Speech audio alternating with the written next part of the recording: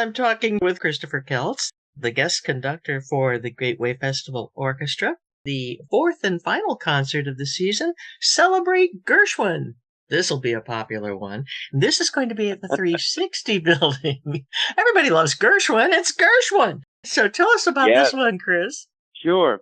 So I called this concert Celebrate Gershwin for a really obvious reason. 2024 is the 100th anniversary of the premiere of his very famous, very recognizable, very performed often Rhapsody in Blue. Every Tremendous. audience member can connect with this. We're bringing in a fabulous pianist. She's recently a graduate of Missouri State University and is going to start her graduate studies at Michigan in piano performance. Ji-Yeon Lee. Ji-Yeon Lee actually just played Rhapsody in Blue with me at Carnegie Hall on June the 13th a few weeks ago. She is out of this world. She's a wonderful pianist. So great. And they have two beautiful Steinways there at the 560 building. She will just be in her element when she gets into that space. I'm excited to perform in this space because in my lifetime, it's gone by a few different names. And I want to say the last time I performed in there, I'm going to take you way back, Kathy. Mm-hmm. I think this takes me all the way back to 1994. Oh, my. Was the last time I was in this building. I played with one of the St. Louis Youth Symphony orchestras under the main one and under a conductor by the name of Dan Holt.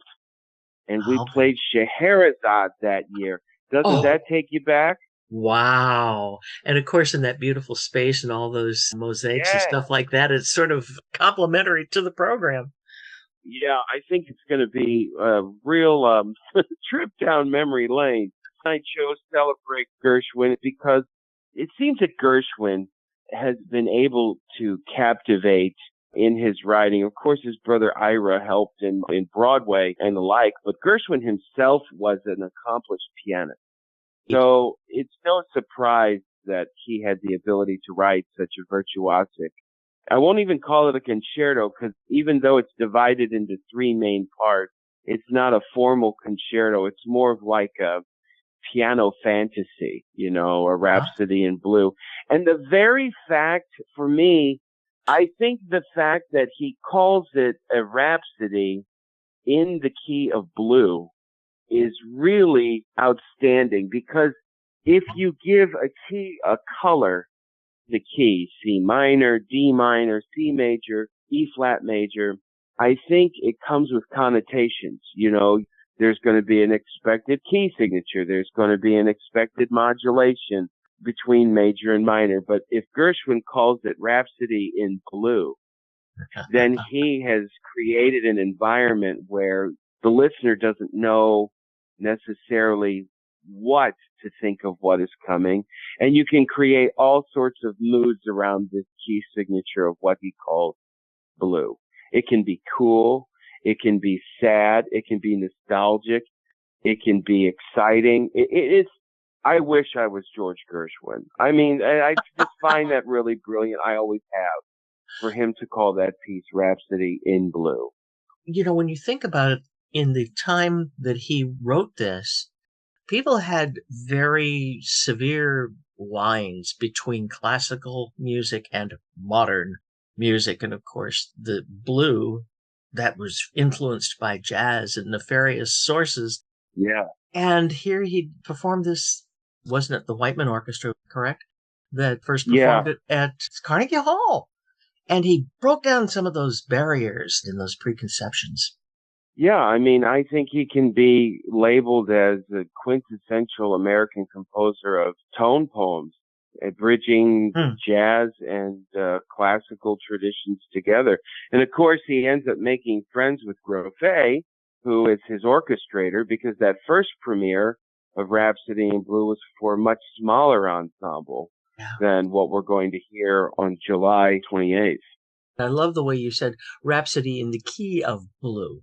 I don't think I've ever heard anyone say it quite that way, but I love it, Chris, because that opens up new worlds in so many ways. That's great. Yeah. Thank you for that insight. Before you do the Rhapsody in Blue with Jian Lee, I can hardly wait to hear her. The selections from Porgy and Bess. Yeah, you have to have some Porgy and Bess in there. It Porgy and Bess comes with its own talking points and really important discussions about race relations, of course, in Yes. the United States. But let's be honest, the black communities were heavily influencing jazz evolution in this country. Yes. So Porgy and Bess is really a groundbreaking musical moment for the stage. Whenever I get a chance to hear Porgy and Bess live on stage, I try to be a part of that. So I needed to include some selections into this concert and then also pairing it with Gershwin's An American in Paris. So we're really sort of running the gamut here about where Gershwin is taking us geographically, right? Yes. The influence of jazz, let's be honest, because of the race relations in this country in the early 20th century, jazz was not readily accepted right away in the No. United States. It was really brought from Europe.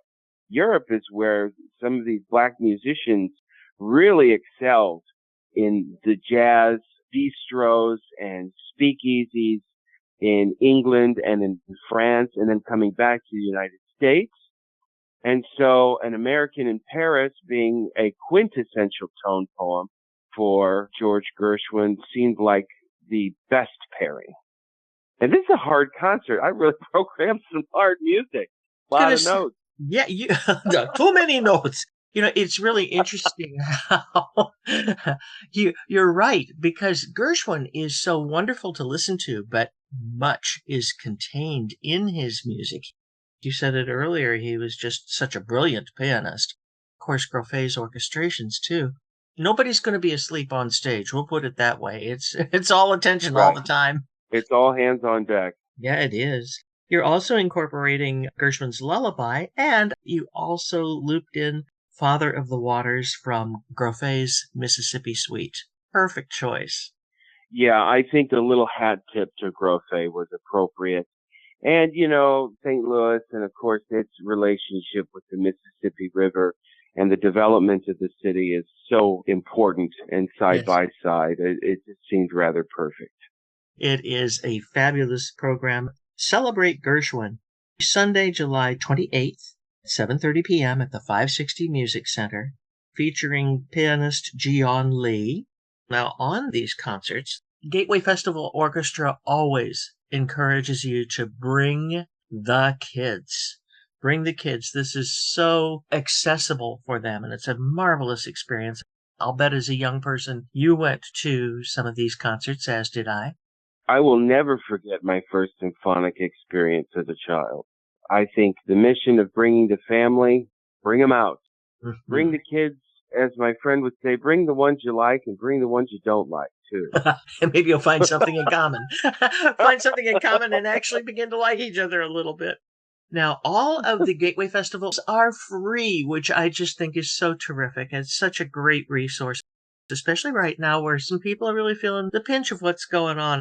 Notes to Munch On starts at 7:10. Dr. Paul Higdon. You can bring a picnic if you want to and picnic on the grass outside of the 560 Music Center. They have no issues with that whatsoever. It's a terrific opportunity for St. Louisans to be families together and do it on a minimal budget and just come and hear a terrific orchestra that thoroughly enjoys what they do. Fabulous. Yeah. Dr. Christopher Keltz will be conducting Sunday, July 28th at 7:30 p.m. at the 560 Music Center. If you want more information, go online, gatewayfestivalorchestra.org. Again, gatewayfestivalorchestra.org. Chris Keltz, what a pleasure to get to know you just a little bit. Thank you for being with us. Kathy, thank you so much for this opportunity to talk with you. And thank you for helping perpetuate art and the Gateway Festival Orchestra to St. Louis. Well, it's our privilege and our pleasure, I assure you.